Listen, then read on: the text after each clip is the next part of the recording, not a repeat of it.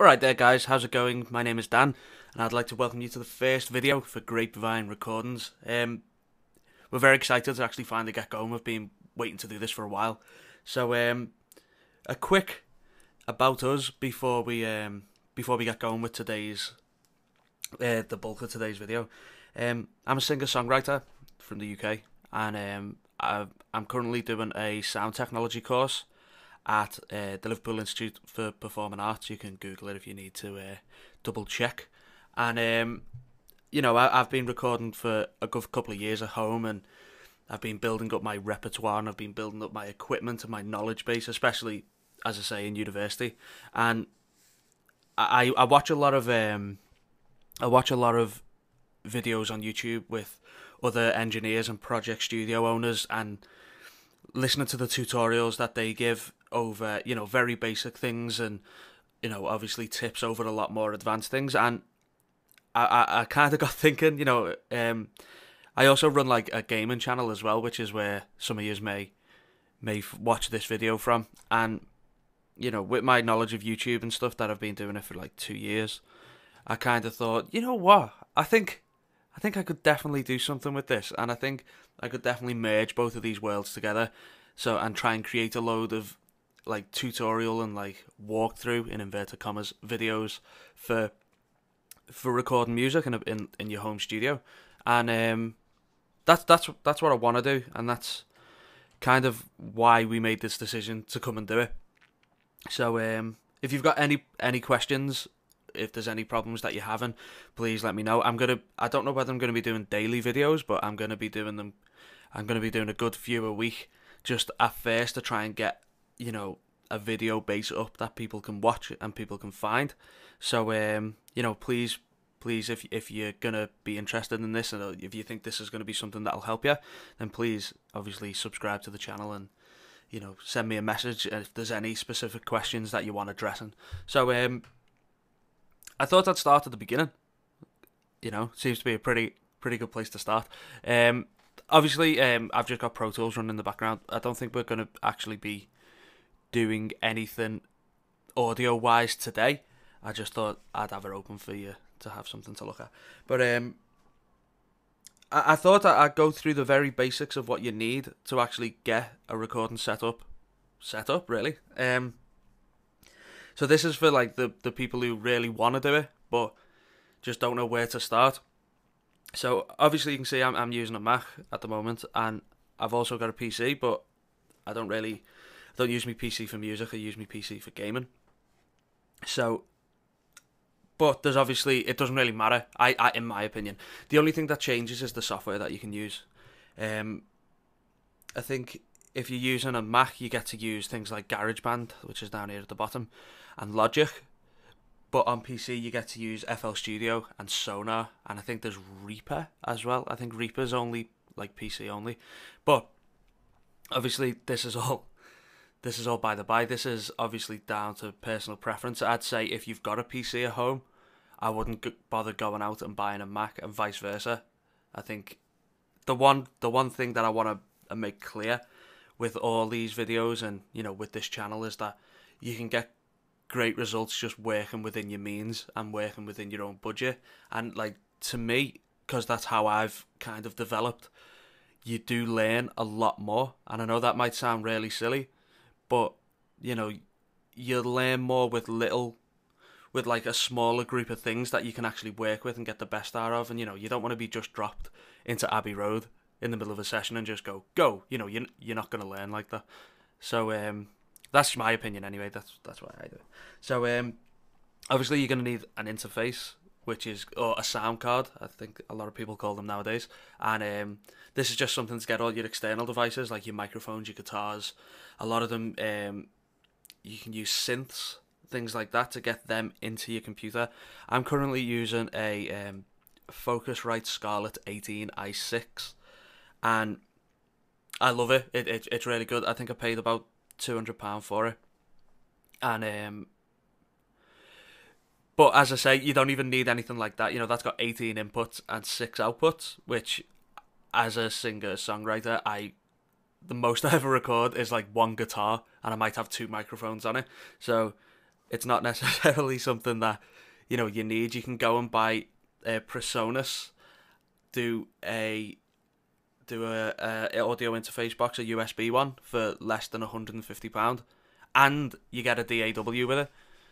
You get a Studio One, which is fantastic because everything does mount up price wise, and I think if you can do something where you can get two devices for one, is amazing.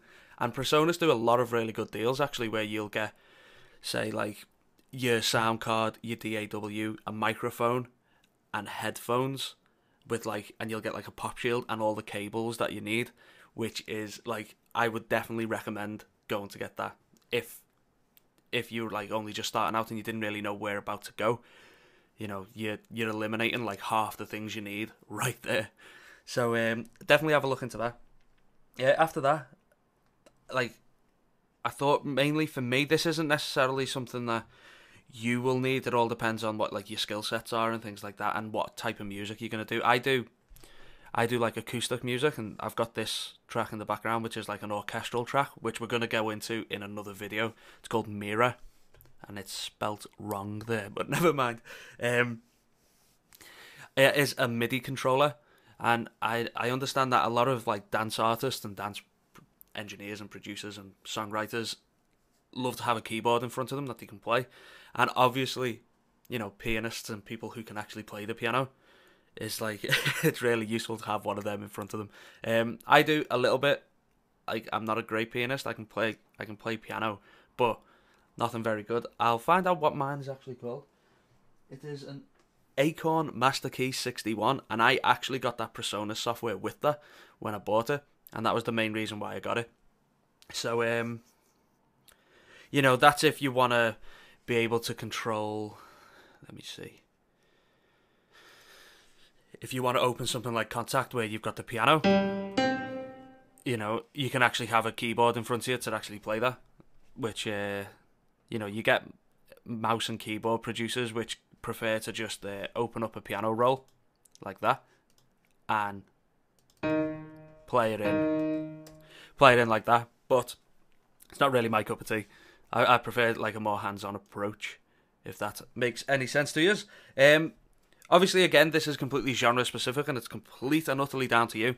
But I've got a guitar. Obviously, if you want to record guitar, you need a guitar.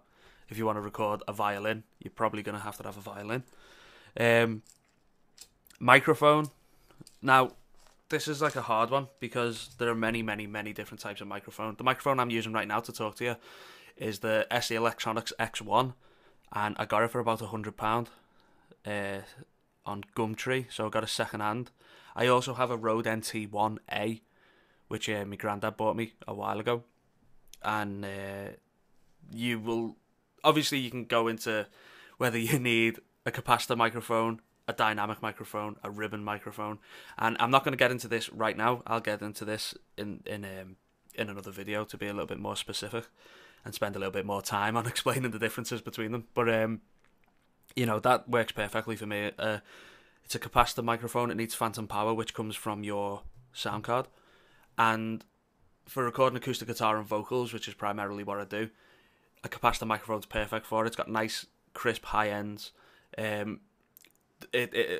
can move it to get a ridiculous array of sounds because it's got a presence at the precedence effect, not a precedence effect, sorry, at I can't even remember what it's called, but if you get closer to the source, the bass can roll up. So if your guitar isn't necessarily that bassy or it doesn't have a lot of body, you can move the microphone further towards it to let the microphone enhance that. So it's a good all-rounder to have, but there are thousands of reviews you can find on the NT1. So if you're interested in that, I think that goes for about £150 brand new, and you get a pop shield and you get a shock mount, and it's perfect, absolutely perfect.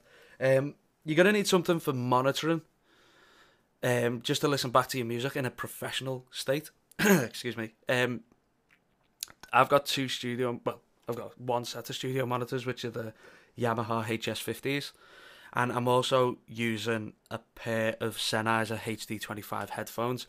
But you can go and buy a pair of headphones from Sennheiser which are honestly about £15, and I used them for about a year when I started doing this, because obviously, you know, headphones are expensive, man, like really expensive, and yeah, you do get something, you know, really good headphones, you do see the payoff for.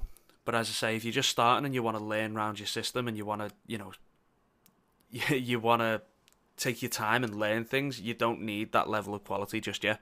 I definitely believe that you will do eventually, but, you know, cross that bridge when you get to it. Let's just get the very basic things that you need. But what I'm going to do, I'm actually going to set up a blog for this, and if you're interested, I'll write an entire list of the things that I've got, and then I'll write an entire list of things that I think you'd need to start.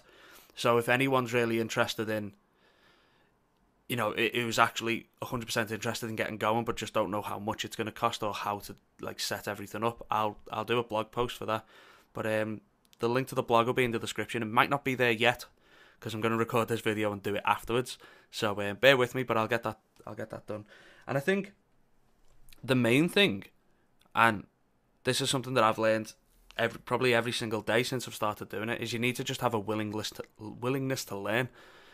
That's by and large the most important thing. You know, you could go out and you could spend thousands, and I mean like probably tens to hundreds of thousands on equipment. But if you're not willing to sit down and learn that piece of equipment, then I'm sorry, but you're fighting a losing battle already.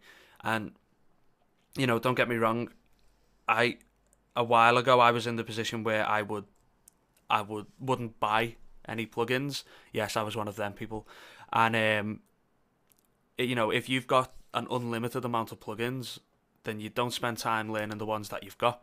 So I think if you look now, these are all that I've got. I bought BFD, I got the McDSP pack, which I'll do all in-depth stuff on this. I bought Complete, and I bought a couple of Waves plugins, and that's it. And when you think I went from about 1,000 plugins to, you know, about 50, and I think now I know what they all do. So I've spent time to learn what are the pros and cons from all my equipment. Like with my microphone, you know, yeah, you could go out and buy a Neumann U87 for £2,500. You could easily go and do, if you had £2,500, or you could sit and use a £100 microphone and learn what it's good at, and you can spend time like seeing whether it works for you. And if it doesn't work for you, then fine, sell it, move on, go and get another microphone. You know, you don't need to spend that much money, like in relative terms. You've just got to have that willingness to learn what your equipment can do. But that's pretty much all you need. And, you know, I think if you're doing it as a musician point of view, which I think is what this channel is going to be aimed for, because, you know, you could sit here all day and learn about like what the specifics of EQ is, and like why everything's got to be in a certain way. But at the end of the day, the way I see it, if it sounds good, if it sounds musical, and if it keeps your idea of the song what you wanted, then go for it. Like that's the way it is. It's like as I was saying, is I'm getting trained to think of everything from a completely technical point of view, and there are so many limitations within that. So you're not able to, you know, boost an EQ by 12 dB because that's not what the rule is. But, you know, fuck the rule, man. If it sounds good, do it. And that's what I think we need to learn. You know, we need to make mistakes. You know, that's how they done it in the 60s when they were recording the Beatles, you know. Like, the mistakes were made, and, like, crazy revolutions were made, you know, like, advancements in studio technology were made from it. And now, you know, you've got them people who were there in the 60s who go, no, you can't do that. And you're like, nah, I don't agree with that. You did it. And, you know, you made arguably some of the greatest albums the world's ever seen. So let's make mistakes and let's learn from them. But that's all I'm going to do for the first part. In the next one, I'm going to go through a couple of things on compression. So, you know, if you're interested in the very basics of compression, please remember to come back. And, you know, if you don't want to miss anything, remember to subscribe, and we will keep you updated on everything. I really appreciate you coming and coming to listen to me talk for a while. Hopefully, you know, you've got a little bit of knowledge on what you need, and hopefully over like however many years we're gonna be doing this for, we're all gonna be able to learn a lot. So thank you all very much for watching. I hope you're as excited as I am for this, and I'll see you all later.